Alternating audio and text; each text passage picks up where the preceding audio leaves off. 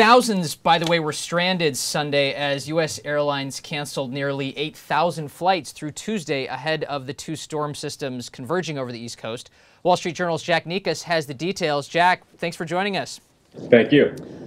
Now, they were already... Yes, this morning, we're looking at even more flights have been canceled overnight. We're now looking at nearly 9,000 flights, and that surely is going to rise, as many of the airlines haven't made the decision on Tuesday or even Wednesday yet.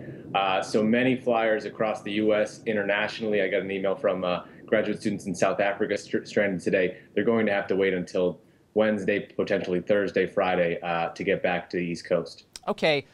They actually canceled flights Sunday, which was interesting because it was not the weather was not bad at all, really, and Sandy's not coming until tonight. Why was that they canceled them even really a day and a half in advance of the storm? Right. So we were looking at 1,300 flights canceled yesterday, and part of this is airlines basically have to prepare for this coming storm, and a lot of them were suspending operations early last night at a lot of these East Coast airports. So basically, they have to get crews and aircraft out of these airports ready to use over in the Midwest and the West and elsewhere, so they can still operate those flights. And also, mass transit shutdowns really do affect the operations of the airline and the airport staff.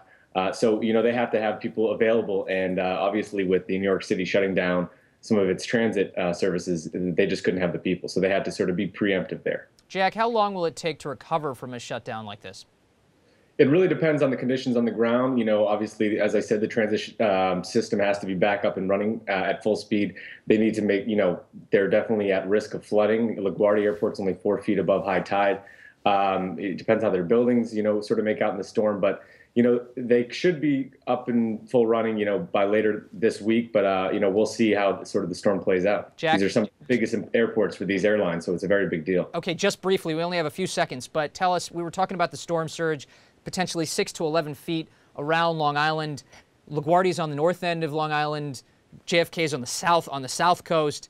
Right. What could that mean? What could that storm surge mean for the two airports? I think LaGuardia definitely seems the most at risk. I mean, it really is only 4 feet above high tide. So, people are going to be watching closely. That is a huge hub for all airlines, and that would majorly disrupt air service throughout the U.S. Okay, so LaGuardia is at bigger risk. Thank you, Jack, so much for joining us this morning.